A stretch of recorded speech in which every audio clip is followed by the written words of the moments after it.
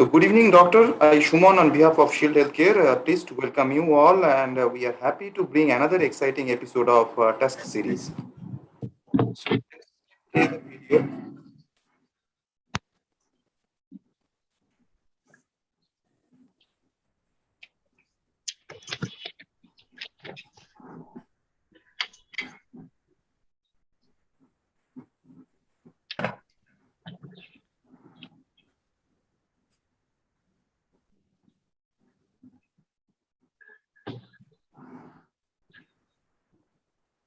Under the aegis of Academy of Global Obstetrics and Gynecology and Shield Healthcare together bringing this Tusk series, and this Tusk stands for Trending Ask series, where trending topics are discussed.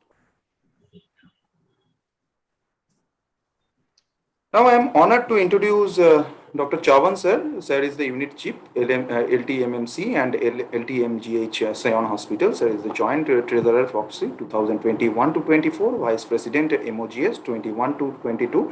Sir received Maharashtra Health Excellence Award in the year 2021 in obstetrics and gynecology. Received MOGS Teachers Dissertation Award this year. Apart from that, in terms of academic activities, sir has many publication in the international and national journals of well reputed, and sir is associated with many other journals as an editor-in-chief and many other committees as well. So with this short introduction, I request sir to take over this session, and please may I request sir to introduce our chief guest and guest of honor. So thank you sir, and over to you. Thank you, Dr. Suman. One more time, we are presenting today the Trending Task series number 7. And today we have very interesting and exciting topic. And we have members from all over India joined today. And I'm very happy to call upon our chief guest, none other than Doyen in Gynae Oncology, Dr. Usha Saraiya Madam.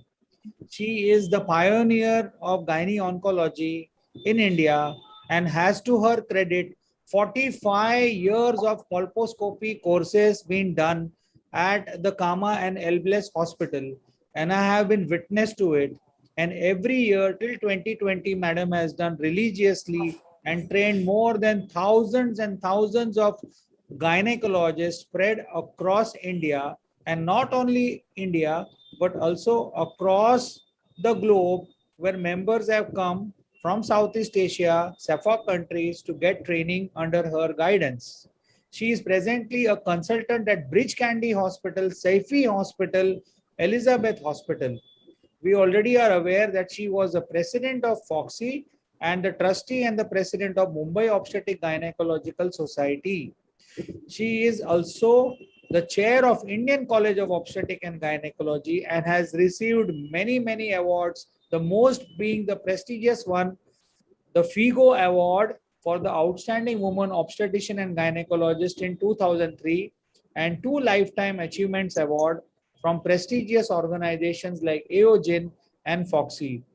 She has also been a delegate to WHO, the 71st Assembly for discussion on women's health at Geneva, and has delivered the oration of the AOFOC Congress in 2002. Madam, I welcome you, and please encourage us with your spirit of excitement in gynae oncology. Thank you, Madam. Thank you. Yes, thank you so much, Niranjan, for that very generous introduction. And I hope I'm audible. You can hear me properly. What's happened to the screen? Some other. Okay, it's closed. Just a minute. I'll have to restart this now. Yes, madam. Yeah. I think you could stop sharing the. Yes.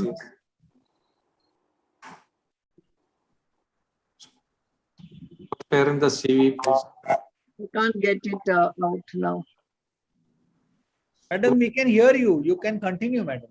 But I'm not getting the Zoom connection only. It is on, but the screen is not showing anything. That's why I'm worried. Where has it? So the video support, can you please guide, Chitra? You have to screen share. It's CV Could can I be say- stopped. Madam, start. it's the Shall I restart? yeah, now we can see you. You can see me. I can't see anything on my screen. So is there something wrong here? Madam, we can hear your voice and there is an image of your portrait. But where is my image gone? I Madam, can't. you can Anyway, start the video. There is one button of stop video and start video at the Okay. lower, Let- lower left. You know, that is not also coming. That is what I'm looking for. but Madam, it's not- you have to do full screen. Actually, you have minimized your screen. Well, I think Madam will be joining us shortly. I think we will go ahead and proceed. And we have today two guests of honors, Dr. Bhagya Lakshmi Nayak, and we have Dr. Leela Vyas. They will be joining us shortly. We will wait for Dr.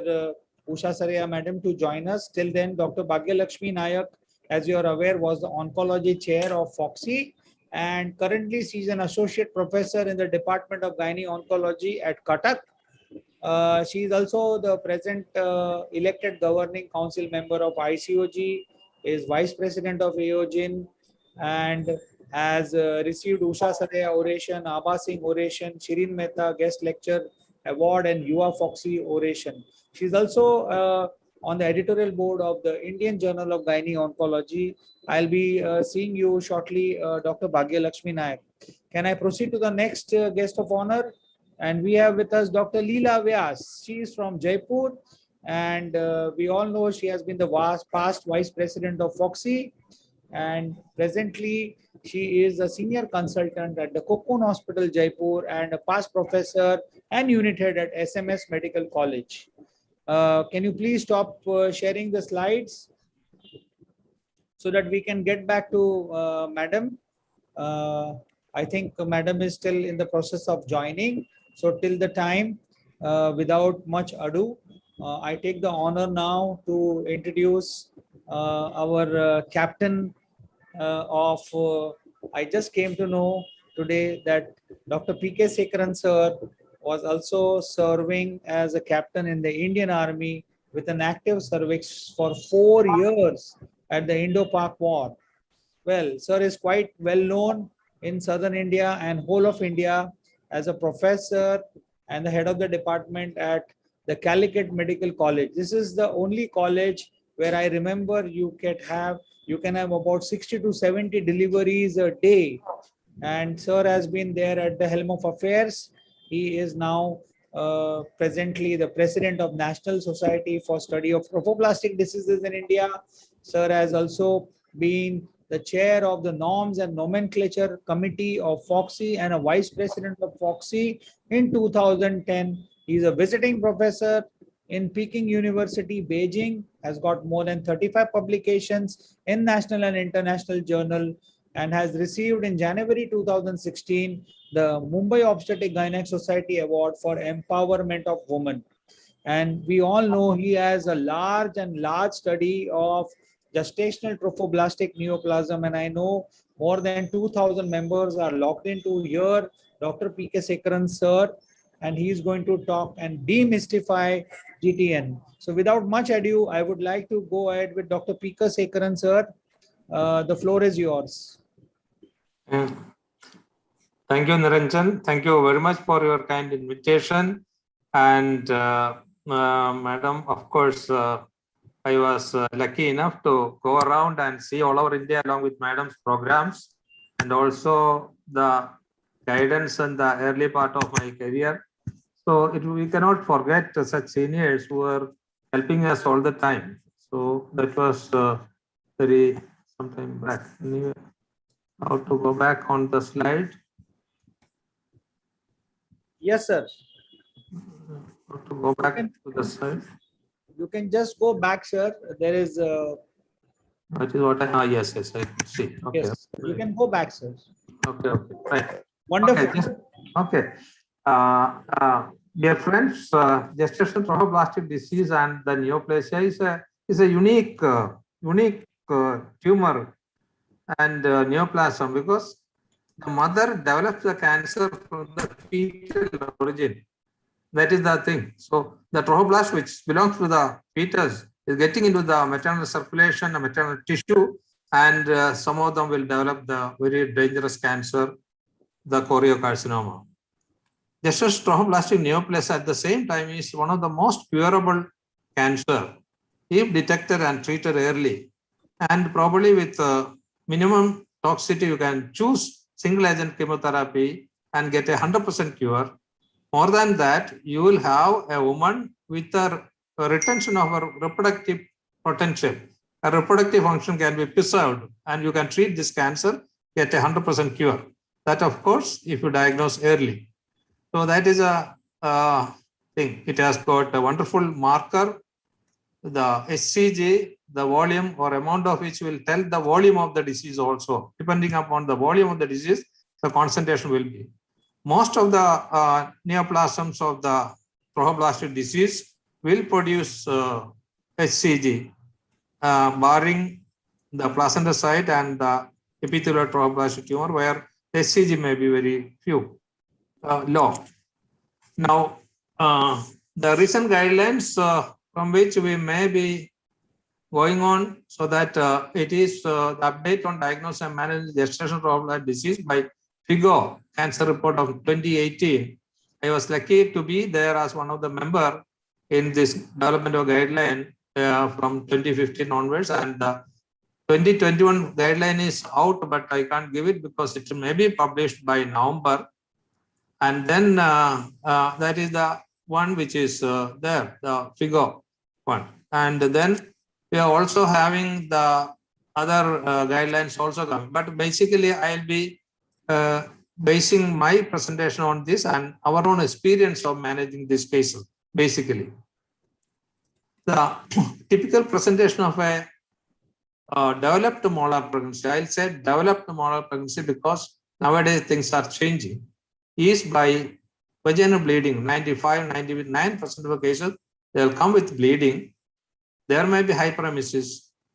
And with this, the presence of other things which we used to see in the earlier part of our study or learning is not seen nowadays because people are going for a scan as soon as they miss the period.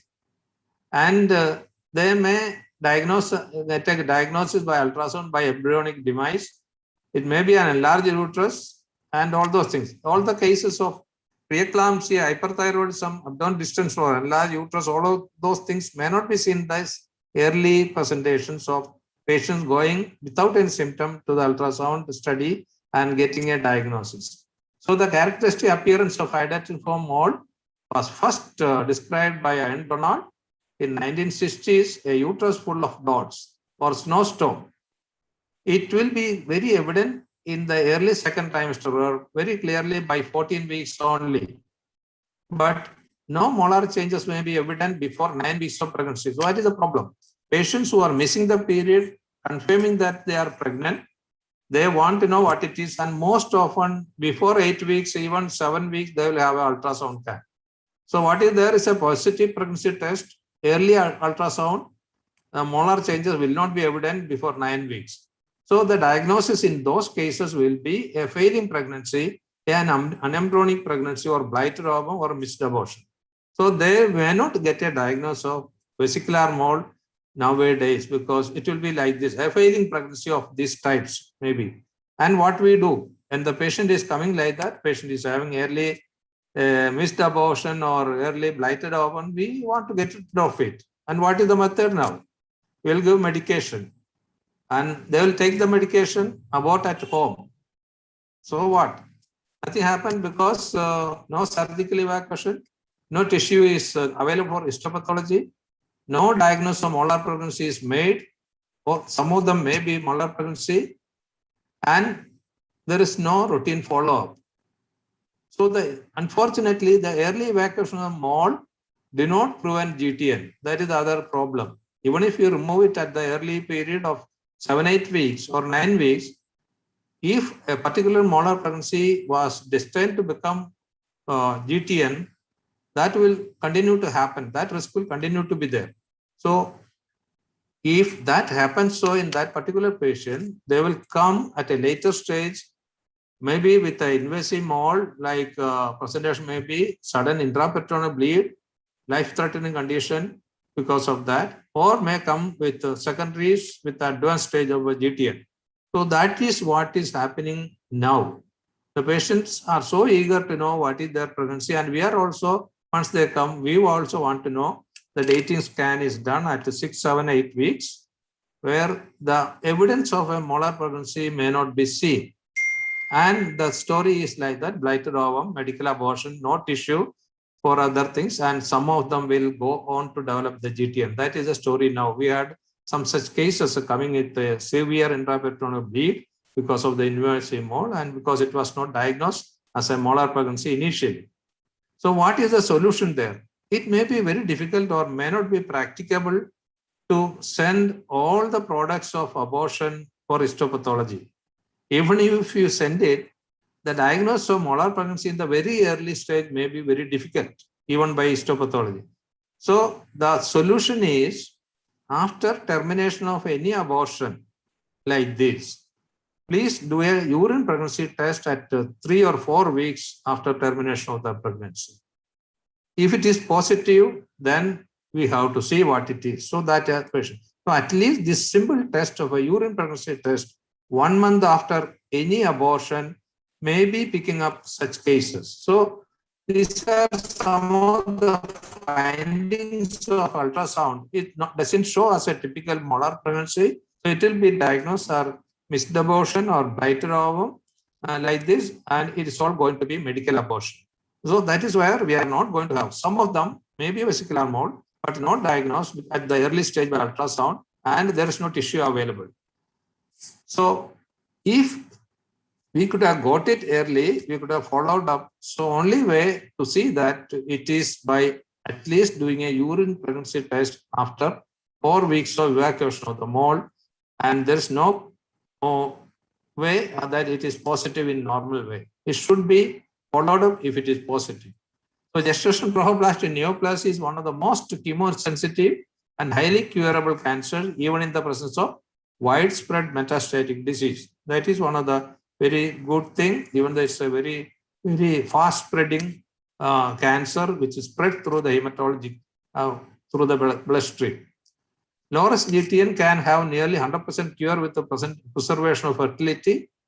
Almost 50% of the GTN is following molar pregnancy and could be diagnosed early by clinical and SCG follow-up. So that is what we are going to miss in these cases of diagnosis of missed abortion or blighted ovum and not following it. Cases following delivery and abortion are diagnosed at an advanced stage. This is a very difficult situation. Very rarely, at least even up to 40 to 50% of the GTN may be following a term delivery or pregnancy or an abortion, which may be missed because it is only in hydatidiform mole that will have a regular follow-up. Now, GTD and GTN. GTD comprises all the benign and the malignant forms. The benign forms are the complete and partial hydatidiform mole, and the malignant ones are invasive mole, choriocarcinoma, placental site trophoblastic tumor or PSTT, and epithelioid trophoblastic tumor or ETT. So the malignant varieties are grouped together as GTN, gestation trophoblastic neoplasia, and the whole spectrum of the disease, both benign and malignant, is grouped as gestation trophoblastic disease. Now, epidemiology, there is a wide variation in incidence, maybe varying from 1 to 4 per 1,000 pregnancies. But it is what we have seen is that more frequent among women of extreme slow reproductive age. In teenage girls as well as elderly beyond 35, the risk of molar pregnancy increases. The previous mole increases the risk subsequent pregnancy by 10 times, and familial mole is a variety, rare type of mole where it is always going to be a molar pregnancy. So this is the epidemiology of it. Because the molar pregnancy is following abnormal gametogenesis and fertilization. And abnormal gametogenesis and fertilization takes place in the extreme slow reproductive age. In complete mole, you can see the maternal haploid set of 23X is extruded, and sperm with the 23 eggs is getting that empty ovum getting fertilized. To make it 46 eggs, it duplicates and you give the complete mold. So it is an abnormal fertilization. Normally this should not happen. So it is an abnormal fertilization, and abnormal ova are produced at the extremes of reproductive age. In partial mold also it is an abnormal fertilization because the ovum containing the 23 eggs is getting fertilized by 2 sperms of 23 eggs, usually at 23Y. This is because the ovum should not allow more than 1 sperm normally. So there is something going wrong. There is something wrong with that ovum. It is allowing more than 1 sperm, and that develops in the partial mold. So that is the defect with the ovum. In familial mold, again, there is a defect in the maternal component. There is a silencing of the maternal component, and because of the mutation of the gene NLRP7 as well as KDC3L. So this is again an abnormal fertilization leading on to recurrent familial molds. The members of the family is getting affected with a recurrent molar pregnancy, and they do not have a chance to have a normal pregnancy. Usually, almost 99.9% of the situation, they may not have a normal pregnancy. Whatever the chance is that probably ovum donation, IVF may be the only rescue for them. Now let's go to the hydatid flow mold. Classically, it will present with vaginal bleeding, excessive uterine size, presence of theca lutein cyst, development of preeclampsia at an early stage, hyperemesis. All those things are very classical. But if you see it beyond 14 weeks or 16 weeks, which is very rare to see it now. And classically, if you keep the ultrasound probe, you will be having that typical appearance. Nobody will miss it. Within seconds, you can make a diagnosis. With the presence of bilateral theca lutein cysts, in most of the cases, if it has gone beyond 14 weeks, and partial mold, there will be a fetus or embryo with a focal molar changes and normal looking present in between. So these are very classical findings, and nobody will miss it usually, but sometimes it is going to be difficult and you may not pick it up. So irregular vaginal bleeding and positive pregnancy test and ultrasound finding of failing pregnancy is the common way of presentation today, nowadays, and termination by medical methods, no follow-up, and they are going to be, if they develop GTN, they are going to come at a very late stage. That is what I was repeating. These are some of the findings that you may not make a diagnosis of molar pregnancy at this stage. The first one, A. The D is after 9 weeks or so, 10 weeks. This was at 6 weeks, no change. If that pregnancy was followed up to 10 weeks to have that classical findings of molar change. That is why at 6 and 7 weeks, you will not find the classical findings, even though it's a molar pregnancy. So that is what is being missed nowadays. Now, this is what I said. After a term delivery, the SCG will disappear within 2 weeks. It will not be there in the body. After an induced abortion, it may take even 4 weeks. And in attachment mold only, it will be going on to 14, 16 weeks. And in persistent mold, it will go on. So this is what we can use, this knowledge, that you check the urine SCG in any abortion evacuation, and it should not be positive after 4 weeks. If it is positive, that case has to be followed by subsequent follow-up and clinical as well as hormonal. So that is the only way of picking up such cases. Rare, but it is important not to miss. The primary management of a classical mold is suction evacuation, irrespective of the size of the uterus.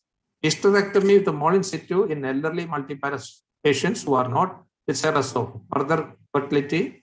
But in both the situations, you should have the regular follow-up. What we are trying to reduce by hysterectomy is development of an invasive mold, as well as the risk of cancer is also reduced, but it will never prevent. So all of them should have a follow-up. Routine prophylactic chemotherapy is controversial, but there may be a place in selected cases. To reduce the risk of choriocarcinoma or GTN developing later, there is an option to select the patients with prophylactic chemotherapy to those who are having high risk for death. Who are the patients who are high risk is elderly patients, multiparous patients, and also those who are having very big uterus, more for the period of amenorrhea, presence of bilateral theca lutein cyst, thyrotoxic thyroid hypothyroidism. So all those patients are having at a higher risk of developing choriocarcinoma or GTN following molar cancer. And if that patient is not able to come for a regular follow-up, there is definitely a place of giving prophylactic chemotherapy. But if you can follow up, that is the best way. And we never recommended, or we are not doing the prophylactic chemotherapy, but there is a place. Investigation for evacuation, you have to have the complete hemogram, HCG, chest X-ray, primarily to see what is serum electrolytes. Some of these patients may have some problem. LFT, RFT, and thyroid function test is ideal to be done. The evacuation is suction under anesthesia is the method of choice. Anti-D should be ultrasound guidance will minimize the chance of perforation and help to complete removal. Anti-D prophylaxis should be recommended for RS negative patients, even if it is complete mold. Complete mold may not require it, but by the time you get the histopathology report, it may be even more than 72 hours. So there is nothing lost by giving the anti-D prophylaxis for RS negative patients, that abortion dosage of 50 microgram. It is okay to ripen the cervix with whatever methods. We were using the slow dilator, osmotic dilators by laminar retent at that time. And we never had any infection if you do it properly. Because incomplete evacuation is the most difficult situation now what we face. Many patients are having incomplete evacuation. They will have retained products there, trophoblastic elements, which will be keeping on multiplying and secreting HCG. And that will be a problem because they will have continued rise in HCG. And unnecessarily, they may be started on chemotherapy because of the incomplete evacuation. That's why a cervical ripening and making the cervix easy to dilate, and then using a suction evacuation to make sure the suction evacuation is complete, so that further irregular bleeding or subinvolution of the uterus or rise in HCG is not due to incomplete evacuation. So make sure. Then use of oxytocin, especially in a case where the uterus is more than 16 weeks, we always recommend oxytocin infusion from the very beginning. The moment you keep the cannula in, there can be profuse bleeding. To make the uterus contract and make it easy for evacuation, better that you continue to give the oxytocin. RCOG say only at the completion, but everybody says if there is a bleeding, the oxytocin should be given at the time of evacuation. This is because of the fear that by giving oxytocin, you are causing dissemination of the trophoblastic tissues, which is not that very much valid argument now, because trophoblastic embolization takes place in normal pregnancy, normal labor, but everybody will not develop choriocarcinoma. Some of them who are destined to develop because of the host resistance or immune rejection may be poor. That may be the reason for somebody developing and others not developing. So to save the primarily big, please give oxytocin from the very beginning. Suction evacuation is very easy to perform, and you will get the bucket full of vesicles. So the moment you keep the cannula in, there will be a gush of bleeding, but continues do the suction so that the uterus is empty and the bleeding will be stopped. And at the end, you have a gentle curettage so that to make sure that the molar tissue is completely evacuated. Sometimes you may do a hysterectomy, but all of them will require the follow-up. Now, prophylactic chemotherapy, we said that it may not be, everyone may not be agreeing to that, but there is a place where there is a high risk for developing GTN, that the age, size of the uterus, HCG level more than 100, large theca lutein cyst, and if the patient is not able to come for a regular follow-up because of the socioeconomic condition, at least give a prophylactic chemotherapy. Her chance of risk of developing GTN from these high-risk cases is around 30% or 40%. which may be reduced to 8 to 10%. So you are not eliminating, but you are reducing the risk. But if they develop, they will have a more resistant case of GTN. That is the other risk. So that is it. Follow-up is we after vaccination keep the patient overnight in the hospital because she may bleed or she may have sometimes hypothyroidism and other things, or even embolization also has taken place. So we can keep them for an overnight in the hospital, not in a hurry to send them. HCG after 24 hours may be a better baseline HCG value that may be done. Hold them for a clinical as well as ultrasound evaluation after 1 week to make sure the uterus is completely empty of the trophoblastic elements. So do a scan after 1 week. If it is incomplete, then you have to empty the uterus. Otherwise, there is no place for a second curettage. And all the cases afterwards will have HCG and clinical follow-up.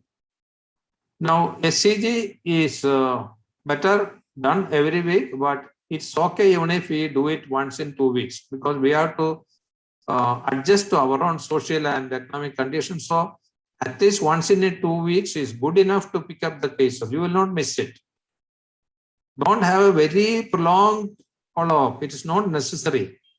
Once the HCG has become negative, you go for another 2 more tests. And if it remains negative, then only monthly HCG by urine or serum, both are equal.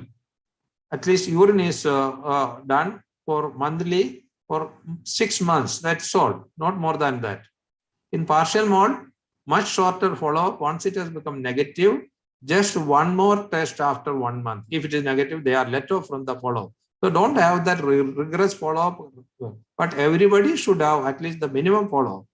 And in patients who had chemotherapy for GTN, should have a HCG checked after next pregnancy and labor. Now, regular follow-up is the key.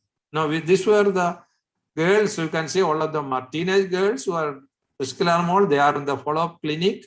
And this photograph was taken in 1990. So we were having a very, very strict follow-up, more than what they could achieve in Western countries or in America. So we were having very good follow-up because we counseled them. A little bit of frightening may be necessary, because not frightening, we can say that you had a condition which may go in for cancer, but if you see it and diagnose it early, you can have 100% cure, and you can have subsequent pregnancy also. So this is how we could achieve a regular follow-up. There can be elderly patients also. All of them must come for the regular follow-up. The diagnosis of GTN is actually it was Lee and Hertz and Spencer in 1956 who reported the first cure of a metastatic urea carcinoma with methotrexate. And this was a groundbreaking publication in 1956. And seeing this success and report, a pathology professor known as Arthur Hertig of, I think, Harvard University described the achievement as God's first cancer and man's first cure. So this was the epoch-making success story of a cancer cure.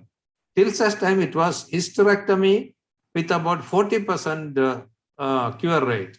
Now we are claiming 100%. So this is the beginning of actually the medical oncology in the world, medicine. The medical oncology was started like this. From this success, we developed onto the present day medical oncology. Now, the overall cure rate is minimum. In a metastatic case also, it is at least up to 90%. Because we have got very sensitive chemotherapeutic agents and very sensitive tumor marker. So PSTT and ATT is not very chemosensitive, and there is no reliable marker. You may have to do hysterectomy in that condition. So GTN may be developing in 15 to 20% of the complete mold, 1 to 5% of the partial mold, 50% of the choriocarcinoma is following hydatidform mold, 25% may be following abortion, 25% may be time delivery. GTN following molar pregnancy can be diagnosed early by the regular HCG and clinical follow-up. It is not essential to have histologic confirmation of malignancy to start chemotherapy. We go by the marker, the level of the marker. Now, Hydroxyformol can have spontaneous regression in above 80% of the cases, but some of them will develop invasive carcinoma, invasive mold, choriocarcinoma, or plasmacyte. Anything can be followed. And this can be developing from normal pregnancy, ectopic pregnancy, as well as from abortion, can also lead on to all these conditions. So the cases following molar pregnancy is easily picked up by the regular follow-up. Other cases are very difficult to make a diagnosis until unless they come with the secondaries and other things, problem. Now, HCG, regularly, if you take 3 values over 2 weeks are showing a rise in HCG titer, it is diagnostic of GTN, nothing else you require. 3 values are going up. Rise in HCG is an increase by 10% of the previous week's value. That is rise in HCG. Or plateauing of the values for 4 values over 3 weeks time. Plateauing again, the fall of the HCG compared to the previous week is less than 10%. So like that, you make a diagnosis on the chemical, is sort of chemical values or the hormonal value to make a diagnosis. If it is going to persist even after 6 months, it is an indication to give chemotherapy or make a diagnosis of GTN. It is not essential to have tissue diagnosis, but in any case, you are having a choriocarcinoma diagnosed by tissue, it is definitely GTN. Any patient who is having more than 20,000 international units per liter after 4 weeks of an evacuation of the mold is having at a higher risk of perforation of the uterus, invasive mold, severe bleeding, though it is not very typical of GTN, but it may go in for such a situation. Better that patient is selected for chemotherapy. That is again is not exactly in the guideline, but that is because of the experience that we may have to start giving such a value after 4 weeks. The HCG normally will fall by 1 log. 1 log means if it was 1,000, it will become 100. 100 will become 10. 10 will become 1. So 10 times less. That is the fall by 1 log. So that should happen normally, but at least if it is not falling, but the plateauing is less than 10% fall or rise in HCG of more than 10% compared to, it is sufficient to make a diagnosis of HCG. Now in malignancy, the HCGs are not only normal HCG, but also the abnormal ones like the free beta HCG, beta HCG with HCG with the hyperglycosylated mark, NICT HCG, all those are seen in malignancy, not in normal pregnancy. So your system must be picking up all these abnormal forms, and the system what is going to pick up all these forms are Siemens Immulite system. So any other system also will pick up, but you may miss in some of the cases. Now, clinical presentation again after evacuation, she may have regular vaginal bleeding. If you examine the patient, it may be subinvolution of the uterus. There can be persistence or appearance or increase in signs of the lutein cyst. After delivery, it is very difficult to make a diagnosis. Always delay in diagnosis. It is again irregular vaginal bleeding or amenorrhea following an abortion or evacuation of a delivery, or secondaries in the lungs with a cough, dyspnea, pleural pain, or lung shadows, or the patient may be developing epilepsy. Or in a woman with these complaints in the reproductive age, please check for HCG either at least in the urine, or you may get the finding in irregular bleeding. If you do a curata, you may get the diagnosis. So cases following normal delivery and abortions are going to be delayed, and you may have to really search for it, to look for it and make a diagnosis.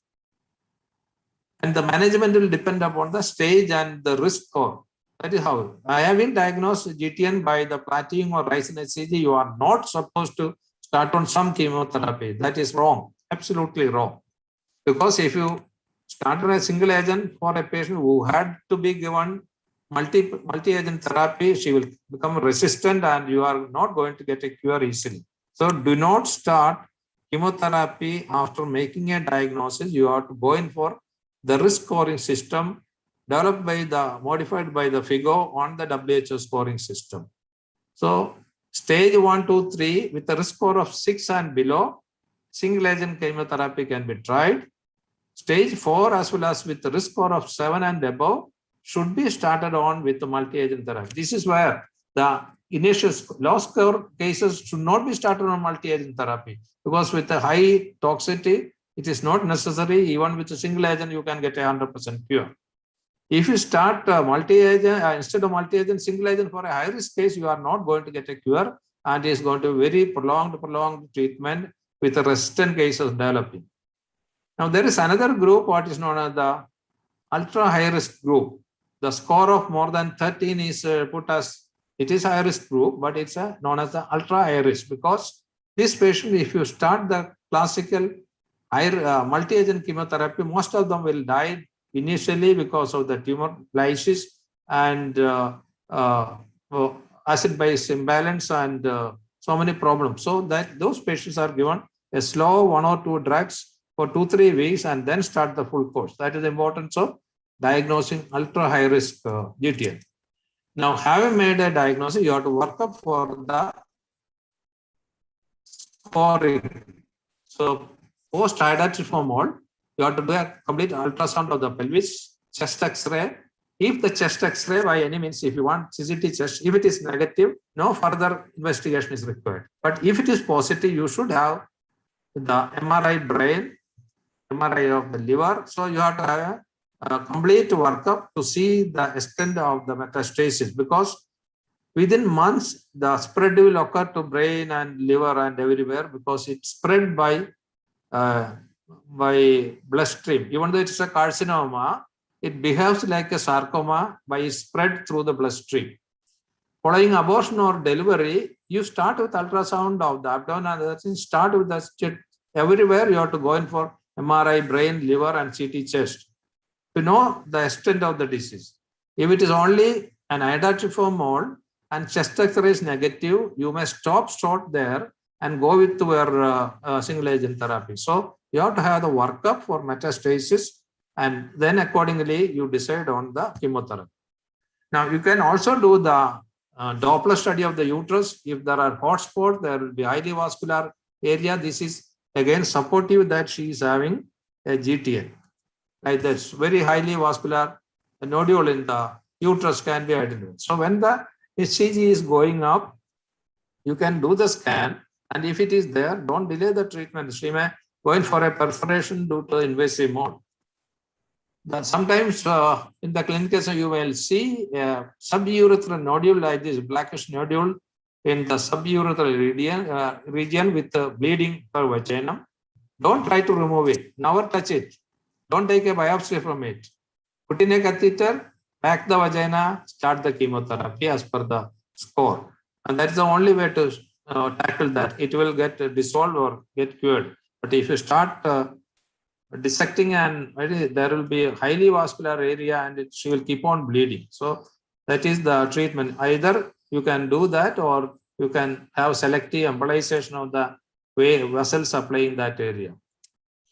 Now, the metastatic workup, we said the chest X-ray, if it is showing any shadow, she should have CT or multiple secondaries, abdominal scan and MRI. All those things should be done in such cases. Stage 1 confined to uterus, stage 2 extending outside uterus but limited to genital organs, 3 extending to the lungs. So stage 3 is lungs, 4 is all other metastatic. Now this is the most important thing. You have to have the scoring. You should have the sheet, the scoring sheet with you with all the points. There are age, antecedent pregnancy, interval between the antecedent pregnancy and diagnosis, largest tumor size, metastatic sites, all those things are given. The brain and liver are given the maximum score.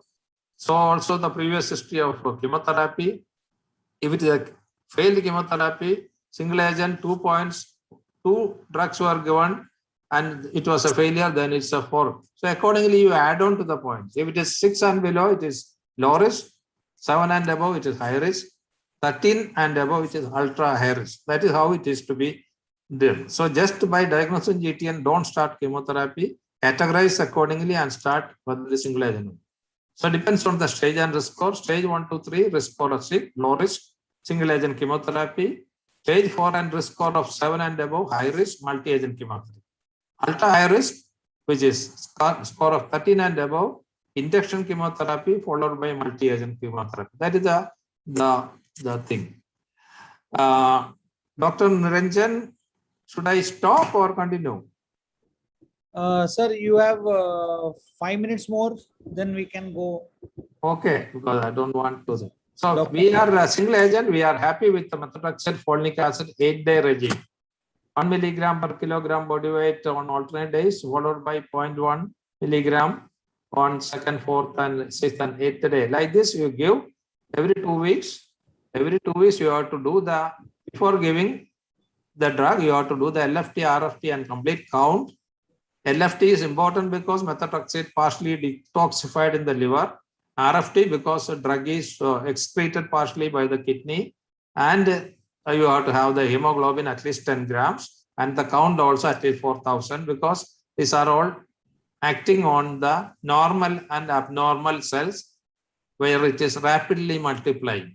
So rapidly multiplying cells are to be, that is a bone marrow, the hair follicle, and GI tract, the side effects. So you have to be checking before giving everything, and also the HCG to see the response. Like that, you may have to give 3, 4, 5 courses, and if there is any lagging in response, you have to think of other regimes. Also, actinomycin D is also there.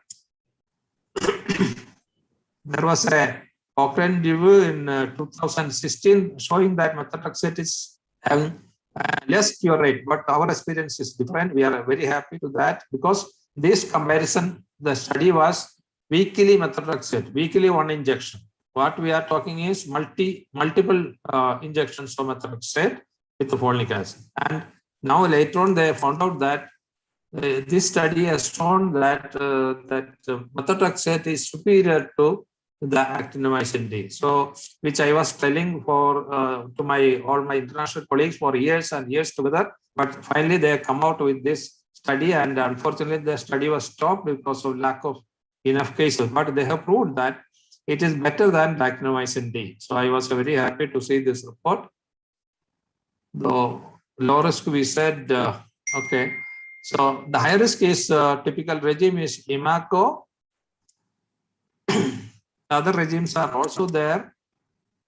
Ultra risk patient with a score of metastasis to liver, brain, and poorly with the first line multi-agent chemotherapy. That's the thing. Sudden tumor collapse, severe bleeding, metabolic acidosis, septicemia, and multi-organ failure. That is what, and they will all die. So that is why they are given a low dose of etoposide and cisplatin weekly for 2 to 3 weeks, and then once they are stable, you give the multi-agent therapy.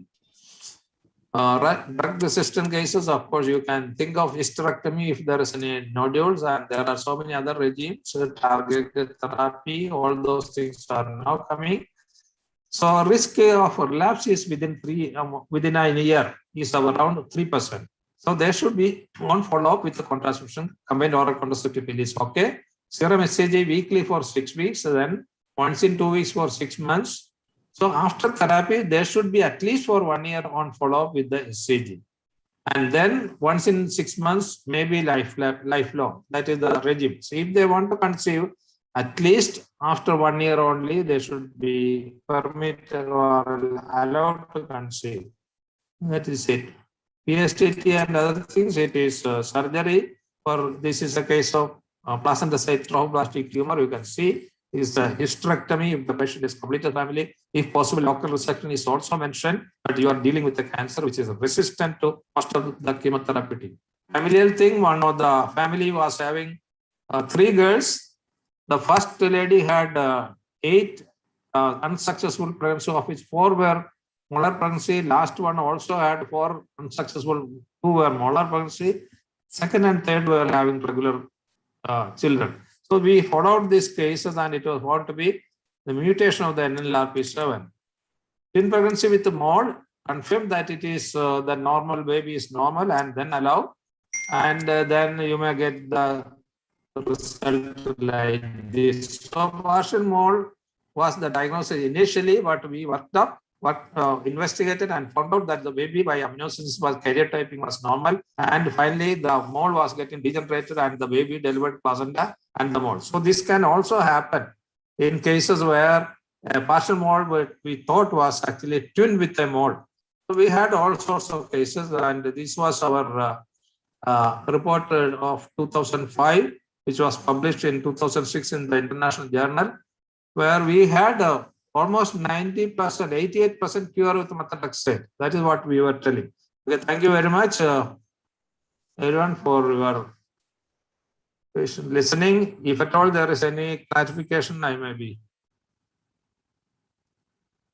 muted. So muted. Thank You are you, muted. sir, for that Narendra, you wonderful are- presentation. I appreciate the efforts which you have taken. Lot of newer guidelines you have said. I request Dr. Saraya madam to please come online and give her experts comment. And thank you, Dr. Bhagya Lakshmi. You are also there today. Then we move on to our next speaker, Dr. Krish.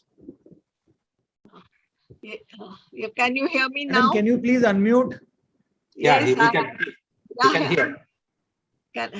Can you hear me and can you see me or no? Oh, yes, very much, madam. Thank you. No, I'm still seeing Shekharan's slide on my screen somehow. I'll stop. Okay. Yeah. Now, is it okay now? Can you hear me? Yes, Yeah, very well. welcome, madam. Let me apologize for this problem I had with my instrument, but I'm glad it has come back to its good behavior now. So I wanted to start by thanking Niranjan for this kind invitation to be here today. It's always good to be on the same platform as one's friends and colleagues. And I'm very happy to be on the same platform as Bhagya Lakshmi and Leela Vyas. Both are very distinguished ladies from Foxy. And Dr. Bhagya has done a monumental work during her tenure as an oncology chairperson, and we were able to launch that massive WHO FIGO program of elimination of cervical cancer during her tenure. And I think that was a great achievement. And Dr. Leela and I were together recently on such a similar Hello. and we Saat wasta, I'm sir. happy to Saat wasta see me call that kar. she's very active and Okay. Thank you, sir. participating regularly. Now, today's subjects are really of great importance to us in practice, and Shekharan, as usual, gave a masterly talk on his subject of trophoblastic tumors. I've heard him many times, and every time he has something new to offer and makes it so simple and clear for everyone to practice. And what I admire him about is his long-term follow-up that he has been reporting, and no one has such a long-term follow-up that I know of. Fortunately, the incidence of vesicular mole is decreasing. In my resident days, we used to see it all the time, but today it has become less. Are you able to hear me, Niranjan? Yeah. You are worried? Yes. Okay. So we are going to now talk on the next topic, that is PPROM, which is really a nightmare for the obstetrician, also the patient and the family. And we know that many of these babies eventually do survive and go home, but after a very stormy neonatal period, and it is still doubtful about what is their long-term effects they have. So it is difficult to say what one should be doing. And I think Krishnendu Gupta's experience will be very valuable to know what are the current trends. Now, recently we had this conference in which Krishnendu himself was very prominent, which was blending evidence and experience in practice. And I think that's a superb thing which applies to PPROM. One cannot just blindly follow any protocol and say, I'm doing my best. You know, you're the obstetrician's experience, his tackling of the situation, each case is so different. And using that judgment of the obstetrician with the guidance and guidelines, I think is very important to get to the best results that one can get. So I think this discussion is going to be also very, very useful for us, and we look forward to that. And I do feel that all these discussions eventually lead us to have better clinical practice, and the knowledge eventually goes to the benefit of our patients, because, you know, we are trying our best to give the best treatment to our patients, and it is difficult to keep in touch with modern medicine, which is progressing so fast, and availability of medications, medicines, treatment schedules is changing all the time. So I'm glad that Niranjan is arranging these webinars so that we can from time to time review what we are doing, and also to know what others are doing and benefit from each other's experience, and also have a nice chat with friends and feel confident. Although we are not meeting personally, we are meeting through the web, and we feel that we have learned something and enjoyed the evening. So thank you very much. And I think I can ask Niranjan to continue with the next talk. And thank you, Shekharan, as usual. Thank you. Thank you. Giving us a beautiful insight into your subject. And you also continue doing this work for years to come. Yeah. Thank you. Thank you, madam, for your encouraging words and the synopsis of the whole Trending Task series. It is you doyens who are there to guide us, and we are very honored and privileged that you, Shekharan sir, and Dr. Chris Nendu Gupta sir, Bhagyalakshmi are there with us today. And I would like to take this opportunity to tell that we have got more than 2,200 viewers. Dr. P.K. Shekharan is what I can say, authority in GTN in India, and has got the largest series in the world. And we are very honored and privileged for you to be there. Dr. Bhagyalakshmi is there online, and sir, she would like to ask one or two questions, and then we would move to Dr. Krish. Thank you. Niranjan, I think I lost my, just like, yes, I think it is here. Sir, we can hear you. Okay, that's good enough. Yes. That's good Yes, enough. Dr. Bhagya, welcome. Yeah. Thank you so much. I'm extremely sorry for the delay, sir, for joining. But immediately after you started your talk, I've joined. And thank you, Usha Sara madam, for all those kind words. I think I am privileged to share this platform with Shekharan sir and Usha Sara madam, Dr. Niranjan.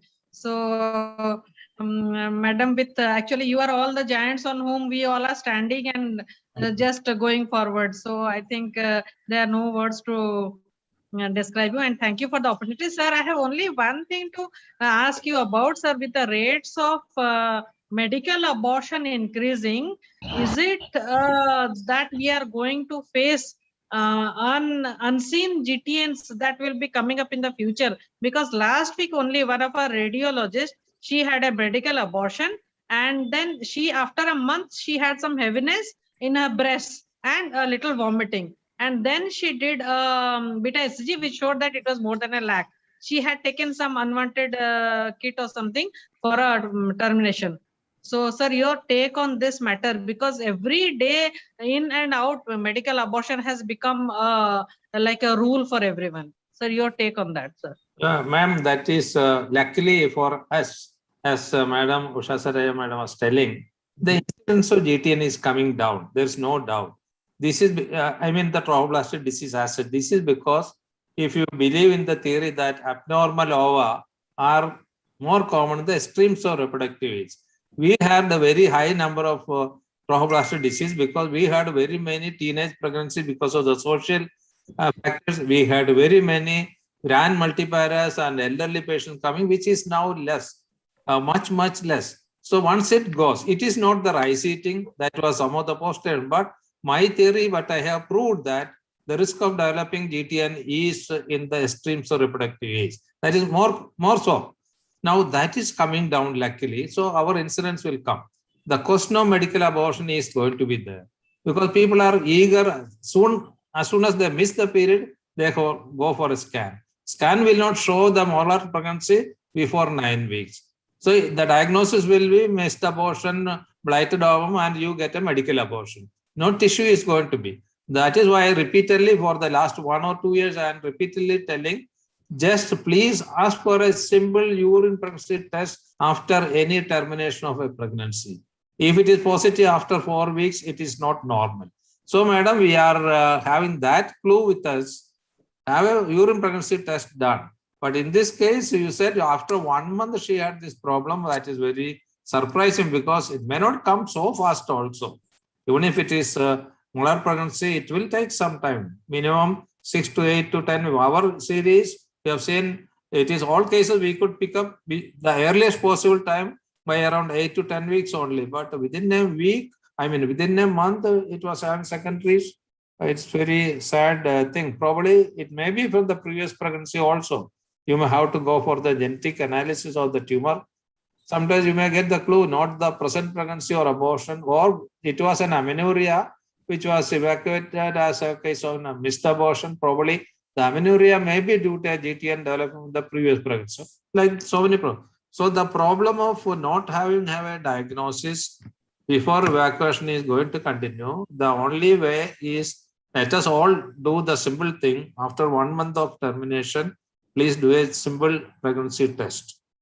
There's no business for the SCG to be positive after 4 weeks. Let us put a rule like that. So that is the only way. Thank you so much, sir. Thank you so much, madam, for being with us. And without much ado, I would now like to introduce our next speaker, Dr. Krishnendu Gupta. He is the FOGSI Vice President and presently the Professor and Unit Head of Vivekananda Institute of Medical Sciences. I have already introduced him.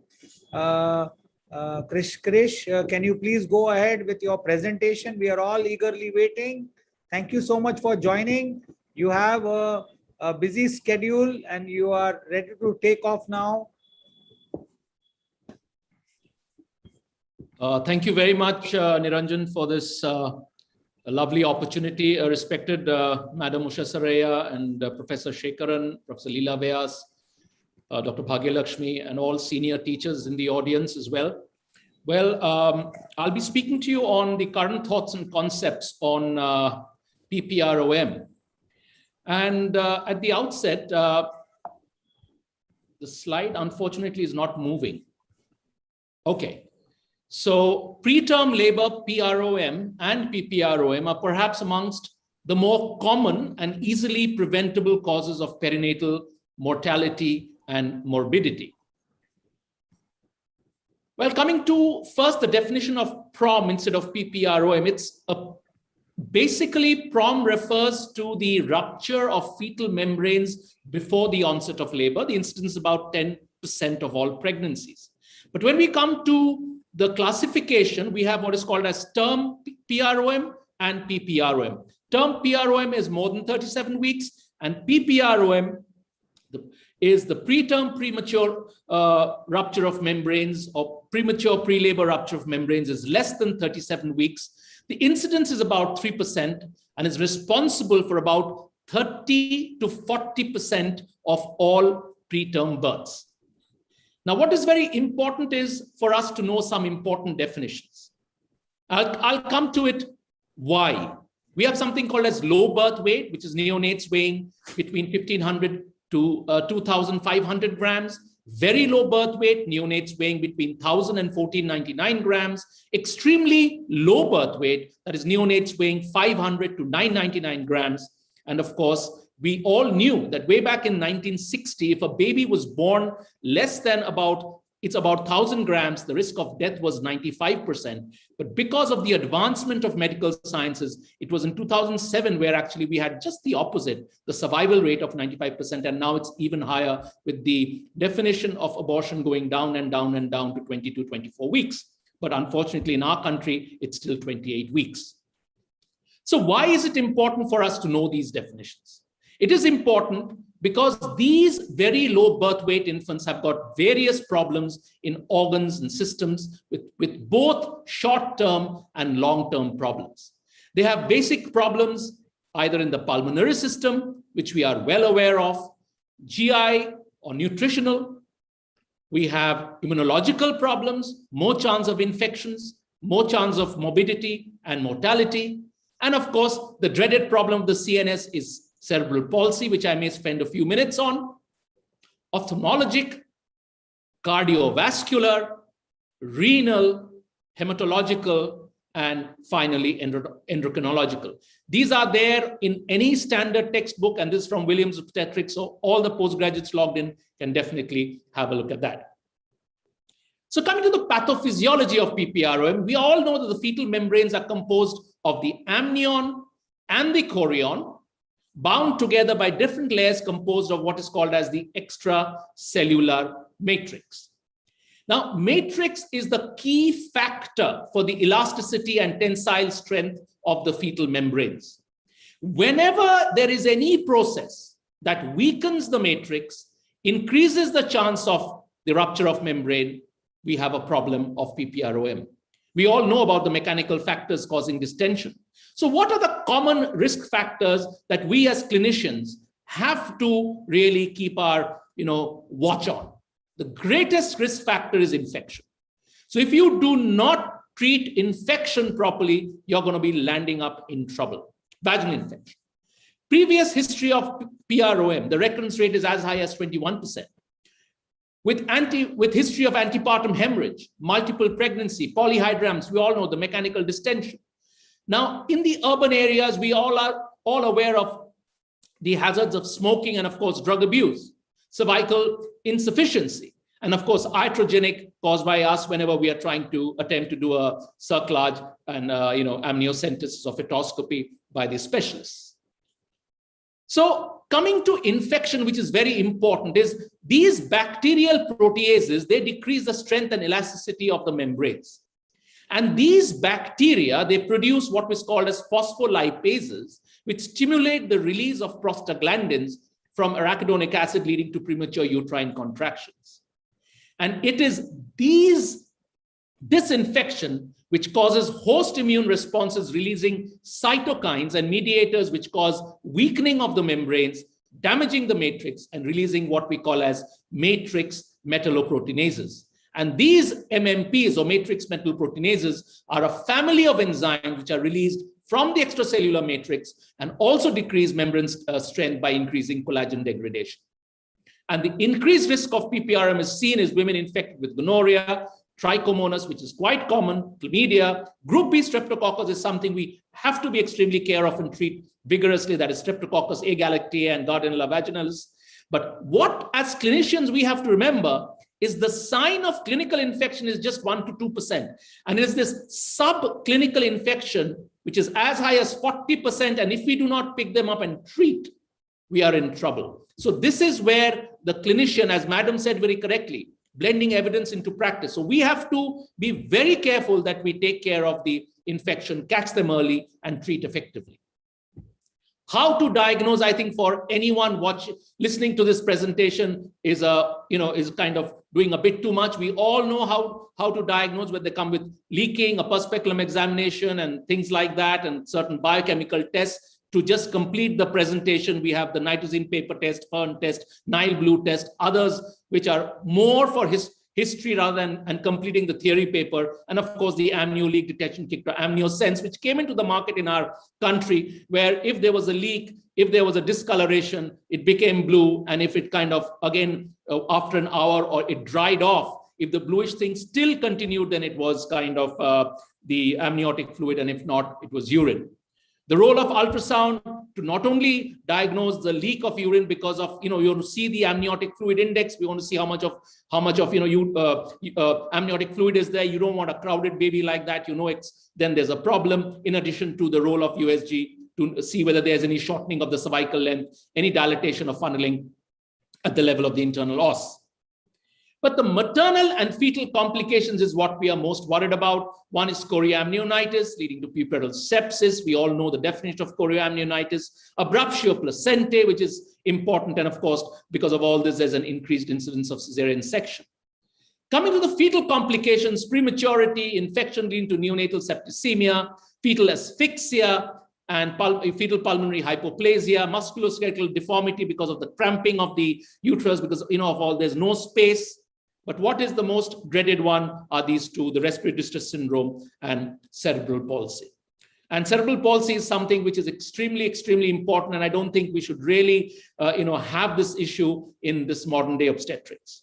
So what was this early observational data which led to us thinking whether magnesium sulfate had some role?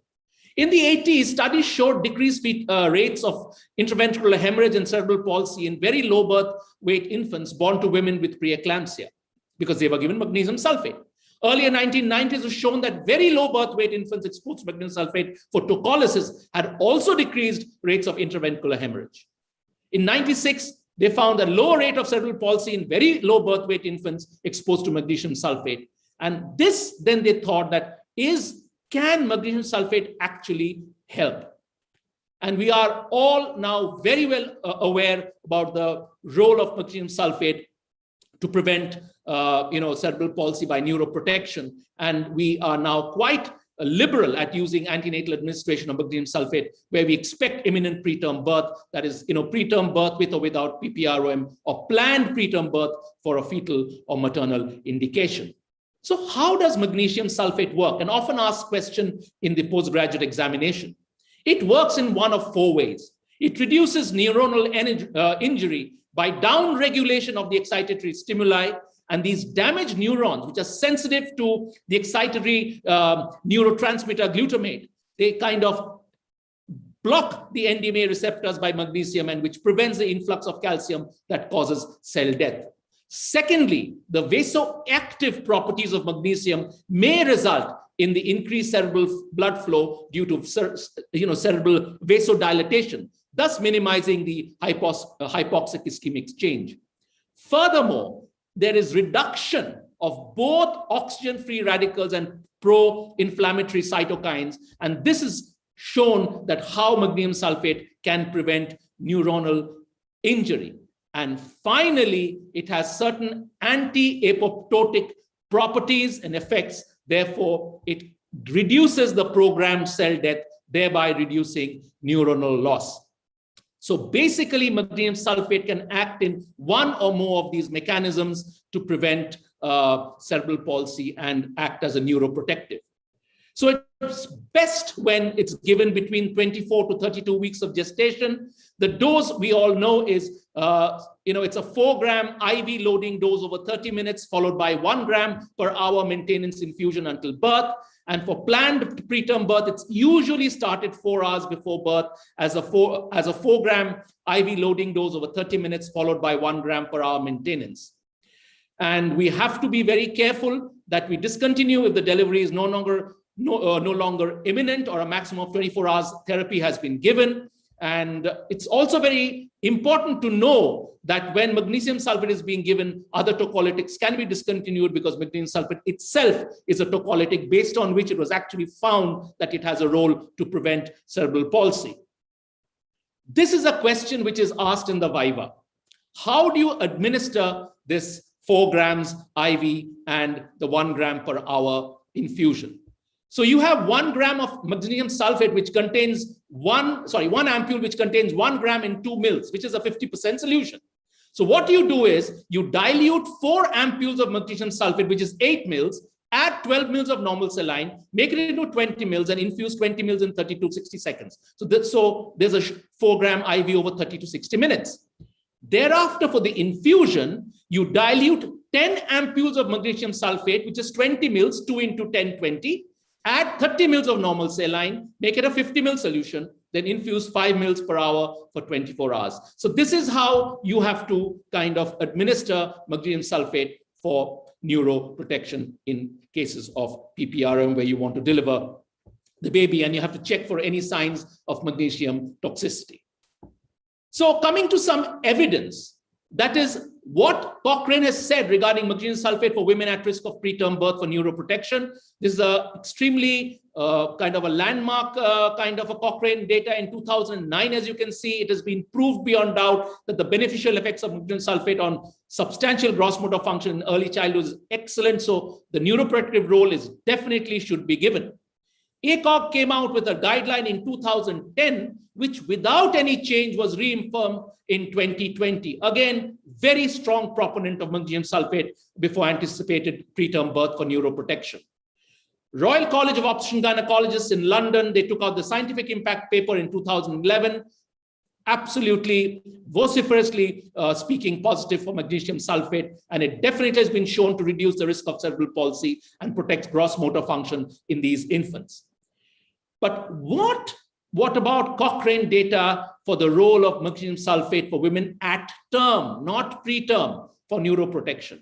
What they found, the authors, is there is insufficient evidence to assess the efficacy and safety of magnesium sulfate for neuroprotection of term fetuses. So you can definitely give it for preterm, but for term, there's still more studies are required to be done.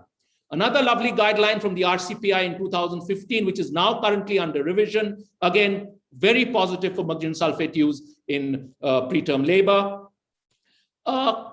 Question often asked is which antibiotic to give as far as PROM.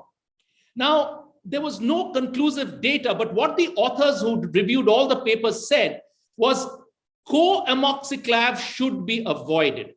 You can give the other antibiotic, but should be avoided because co-amoxiclav in women, because it causes risk of neonatal necrotizing enterocolitis.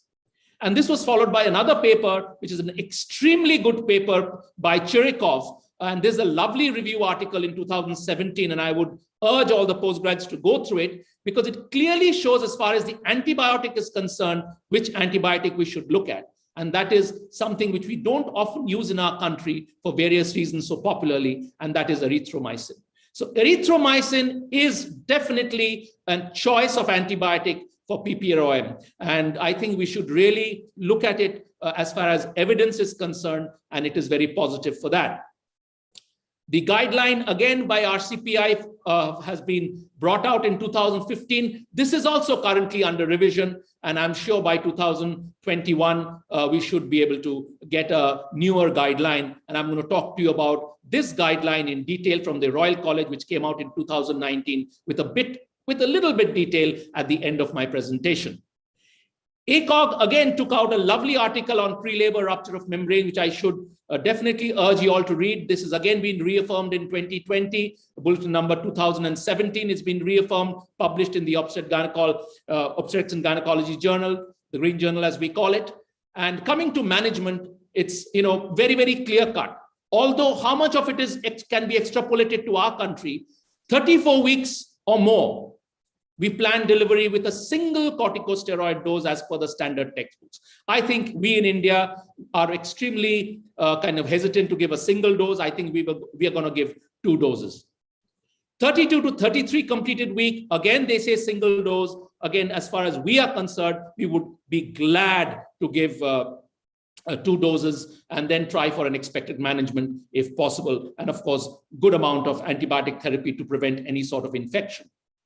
24 to 31 weeks in our setup in India, we are really, really extremely, our fingers are crossed because we have to have proper counseling, not only here, but look at what the modern guidelines in US and UK say, that even before 24 weeks, there has to be intense patient counseling. And I think we in India start this counseling even at 30, 31, 32 weeks, because we know that not only does the chance of the baby survival is not as much as we want to, there's going to be a humongous cost with the baby being put into the NICU. The neonatal intensive care, so we have to counsel the couple regarding the cost of even trying to keep this baby for months together in the weeks and months together in the NICU and SCUBU and NICU thereafter. And there is no tocolysis, there is no consensus. So I don't think it's really that important. But again, what is important is antimicrobials have to be given. So whatever we write is based on the combination of birth weight, gestational age, and sex, provides the best estimates of chances of survival and should be considered in individual cases. And which brings me to the current recommended guidelines, which is this is a very popular guideline by RCOG of 2019, the Green Top Guideline number 73, where it clearly states that the diagnosis of spontaneous rupture of the membranes is made by maternal history followed by sterile speculum examination. And if on speculum examination, no amniotic fluid is observed, clinician should consider performing these very expensive tests, which is really not available in in most of the labs in the cities. The insulin-like growth factor binding protein 1 and placental alpha microglobulin 1, which is quite expensive, to be very honest. Following the diagnosis of PPROM, an antibiotic, preferably erythromycin. I repeat, erythromycin should be given for 10 days or until the woman is an established labor, an extremely high grade A. Women who have PPROM between 24 to 34 weeks of gestation should be offered corticosteroids. I think goes without saying in our country, and steroids can be considered up to 36 weeks max, although we in our country are quite even quite happy to give it even after that, but I think 36 weeks is the cutoff now. A combination of clinical assessment, maternal blood tests, and fetal heart rate should be used to diagnose chorioamnionitis, and it should not be used in isolation. So one parameter is not good enough. There has to be collated data here. And women whose pregnancy is complicated by PPROM after 24 weeks and who have no contraindication to continue the pregnancy should be offered expected management. How much of it in our setup we can do is, but what is important is this discussion. In every guideline, the patient and the couple, they have to be involved in the plan of the management because of not only the risk of the baby, but also the costs involved, which is extremely important. And women who have PPROM are in established labor or having planned preterm birth within 24 hours, magnesium sulfate should be offered, which is extremely important. Although their guidelines are very strict, between 24 to 30 weeks, but I think we are more liberal in that in our country. And I would love to have some comments from madam on this issue. So the points to remember in PPROM is it complicates up to 3% of pregnancies and is associated with 30 to 40% of preterm births. That's extremely high. It can result in significant neonatal morbidity and mortality. And we know the causes: prematurity, sepsis, cord prolapse, pulmonary hypoplasia. And in addition, there are risks for chorioamnionitis and placental abruption. And of course, what is very important is cerebral palsy. The median latency after PPROM is 7 days, which tends to shorten as the gestational age advances. So earlier, we can actually try to prolong it longer, because if we can treat early, effectively, catch it early, then we are going to have less amount of problems like chorioamnionitis and other fetal problems. To summarize, we all know that it's a major public health problem. And because of this long-term disability, we have to be extremely cautious and we have to catch these kind of cases. If we catch them early, we have to think early, treat early, so that the healthcare costs don't go up and up and up. And this contributes to almost 75% of neonatal mortality. This is humongously high, and 50% of long-term neurological impairment in children. We just cannot afford this in the 21st century. And it accounts for 35% and 10% of healthcare spending for infants and children, which is quite a shocking figure. But unfortunately, the incidence of preterm labor has changed very little over the last 40 years, and uncertainties still kind of remain. And because of which we have to be very, very vigilant. And it's widely recognized that its prevention and effective management will not only improve neonatal outcome, but will have a profound impact on the society at large, and also to reduce long-term public health costs. So the take-home messages are 3. Identify potential risk factors of PPROM. And the single most important factor is infection. Avoid co-amoxiclav. So get into the habit of using erythromycin and, of course, fetal neuroprotection with magnesium sulfate. There's a saying by Confucius that I see and I forget, and I do and I understand. And I think it's extremely important that we are careful, that we are, we really work, and that I hear and I forget, I see and I remember and I do as I understand. So this is something, it's extremely important, because we have to know that are we actually doing enough for fetal neuroprotection in PPROM. Thank you very much for this patient hearing, and I really appreciate this opportunity given to me. And thank you very much. Thank you, Dr. Krishnendu Gupta. A wonderful presentation by you, which has encompassed all the latest and recent articles of ACOG, RCOG, and the most important guideline which you shared of 19 number.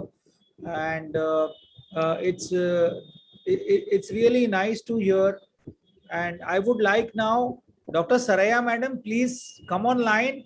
And Yes. would request your expert comments, and then I have to leave Krishnendu in the next 4 minutes if he gives me permission. No, it's okay. It's okay. I already texted them that I'll join in a little late, so it's all right. Thank you. Okay, let him be there. No, actually, I have another. Okay, be there. Okay, good. Krishnendu, your talk was superb and really good to know that so much more research is being done for this neuroprotection.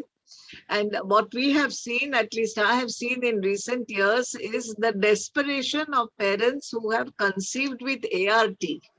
You know, those who have had IVF and complicated procedures done, and then they have conceived, and then they face this challenge.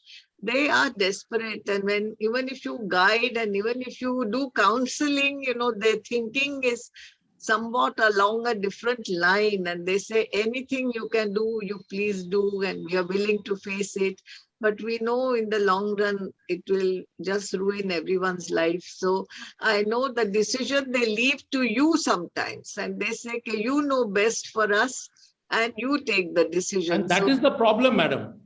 Yes, and I understand that, because, you know, I would do the same if I were in that position, because I can't decide. I don't know whether what is good for me and my child. So many times we have had to take the decision ourselves to guide them and say, please believe me, this is the best that we can do. But one thing I can tell you, I have done this work in cytology, and we know there's a lot of genital tract infection in our population. And if we can treat genital tract infection early in pregnancy, then the prematurity rate does come down. And when you ask the patient, they say, no, I have no discharge, I have no itching, I have no trouble. But when you see the cervix and when you examine them, you realize that there is thing. And I always say that, look, you don't seem to understand, but this can be very damaging in later part of your pregnancy and give complications. So again, many of these decisions we have to take for the patient, and we have to be little more proactive. Our antenatals continue to be so busy that we don't have that much time and effort to do this preventive work. But I think it is important that we take on these responsibilities and make it a point to treat genital tract infection in early pregnancy, guide them, and it will help in the reduction of PROM at least. But it really was an eye-opener to see that magnesium sulfate can do such wonders to the neonatal outcome. Yes, madam. Yeah. Sure. It was a very nice presentation, Krishnendu. Especially the use of magnesium sulfate. Though recent people are just afraid, probably as you said, the dosing, how to give, and they are afraid because of the toxicity. Krishnendu, can I add some practical way? Yes, please, sir. Yes, please. So that is why I put that slide for the postgraduates, because they are asked this in the exam. They have to know. They have to know. They are the practicing physician, because it may be a little bit difficult for to keep it 20 ml and all. What we are doing for eclampsia regime, what we have modified is take that 4 gram, that is 8 ml of that ambule, that is 8 ml, that is 4 ambule, take 100 ml bottle of normal saline, which is available now, 100 ml bottle. To get rid of 8 ml from it and add this 8 ml. That is, it will be 100 ml with 4 grams. And always give infusion pump, through infusion. Magnesium sulfate, if you give overdose, it is dangerous. Cardiac respiratory arrest can occur. So give it always through an infusion pump. So if you add this 4 gram in your 100 ml fix it to half an hour, and that will be over.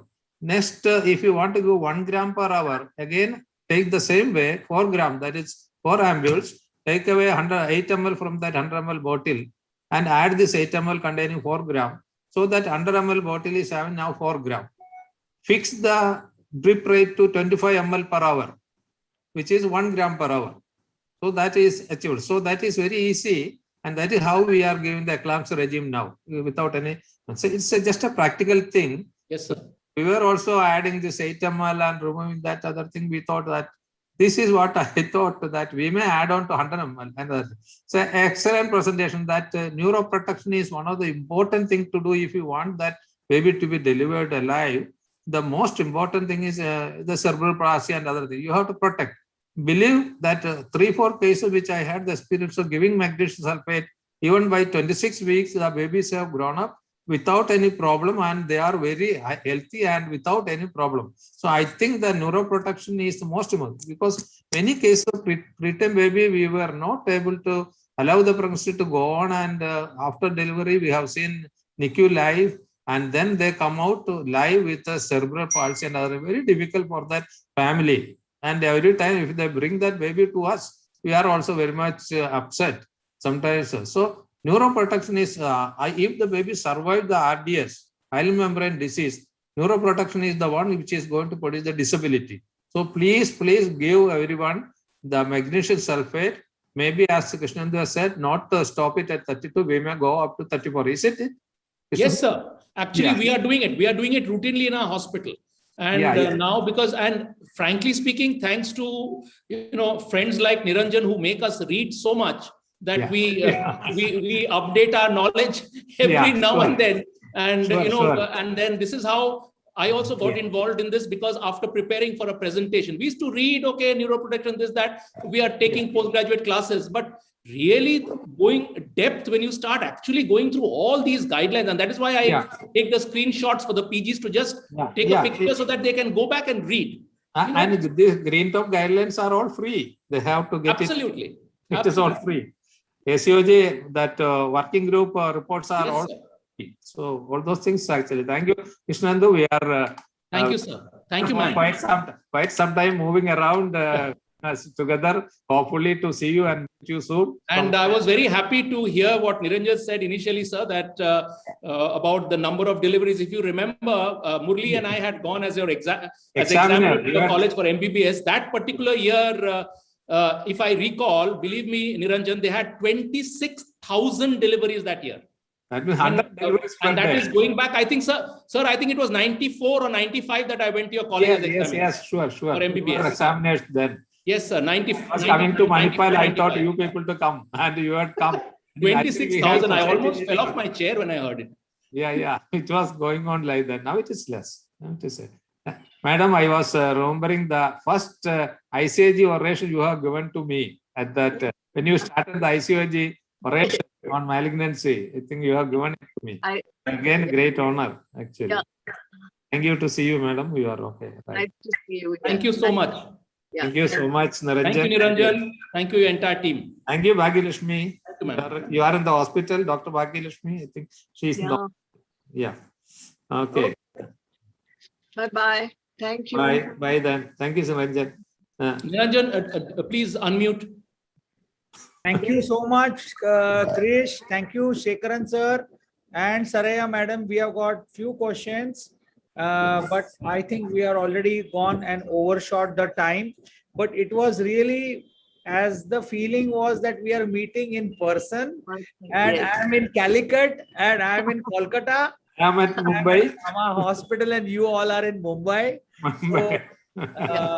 I think it is all rekindled, all the passion of teaching and seeing all of you live here and the experience which we have gone through. I think COVID has changed our whole perspective towards teaching and toward experience, and the efforts which Professor Krishnendu Gupta has taken today, and Dr. Shekaran sir's probably 45 years of experience of GTN, being an authority, and madam being of 45 years of being in Teaching all of us. teaching, Teaching all of us. it is my pleasure and my honor, and really I'm blessed to have all of you to come on one platform, and you agreed on one go.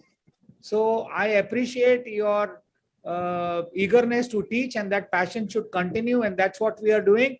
I would be sending you a manuscript, Dr. Sekharan sir and Krishnendu Gupta, in the next 10 days. Please approve it so that this manuscript of yours, which is totally, absolutely made by you, as how you have spoken, will be given to our readers of the Journal of Obstetrics and Gynecology of Academy of Global Obstetrics and Gynecology, and I'm sure they will be enjoying to read. And I love those slides of Dr. Krishnendu. It is amazing, and the way you spoke today, I can go on. I can forward you my entire slide set, no problem. These are all from friends and data that we have collated and read. Yeah, he got it. Niranjan is having it. He got it through our. Sir, I can go on, and Sekharan sir. Knowledge is for sharing. Yes. Only yes. thing is, Niranjan, Yes, next sir. time please involve me with some GDM or hypertension or something. Okay. Sir, after 1.5 months, we are going to call you for GDM, and it's great to see you soon. And I'm really happy today. Thank you, Okay. madam. And I would request now Dr. Suman Saha to Yes. please give the vote of thanks, and then we end the program. And thank you, all of you, the delegates. We will join with you soon. Thank you very much, sir, for this opportunity. And I would like to thank you first, Dr. Usha Sharia ma'am, for your gracious presence here and encouraging words. Thank you, Dr. Bhagyalakshmi madam, for your valuable time in this session. Thank you, Dr. P.K. Sekharan sir and Dr. Krishnendu Gupta sir for this nice presentation. And last but not the least, Dr. Chavan sir, I would like my sincere gratitude to Chavan sir for your constant support and guidance and making this session a grand success. So thank you very much, sir. Thank you so much. We are offline now shortly. Thank you. Thank you. Thank you.